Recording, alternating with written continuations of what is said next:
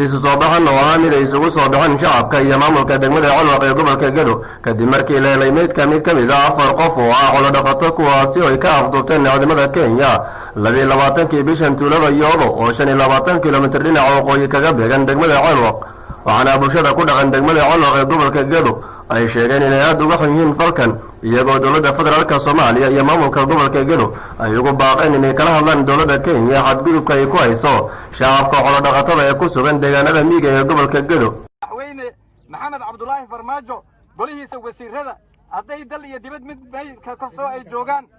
waxaan u sheegaynaa wixii yaalla waxay indhaha ku hayaan weeye Falastiin waan ka darannahay waadna arkaysaan waxaa dishay ciidamada Kenya oo si bareeracad oo kasse u dishay oon kama ahayn marxuumkaas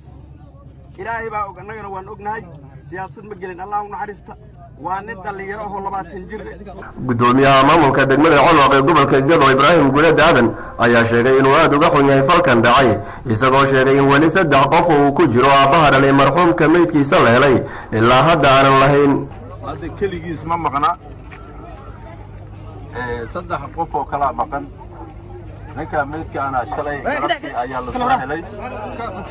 shalay galabtii baa la soo helay 3 qof oo kalena waa maqay dawladda Kenya waa la wadaagnay waxaan la wadaagnay dawladda maamul goboleedka Jubbaland waxaan la wadaagnay dawladda federaalka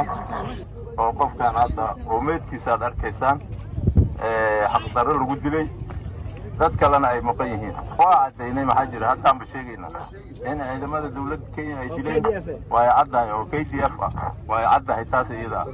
si kastaba ma aan markii ugu horeysay oo falal noocan oo kala ah ciidamada dawladda Kenya ay u geystaan dadka xoolo dhaqatada ee ku sugan deegaanada miyiga ee gobolka Gedo Maxamed Kaafadam Shaar Kaafiyuki raadiyaha telefishinka qaranka degmada Luuq.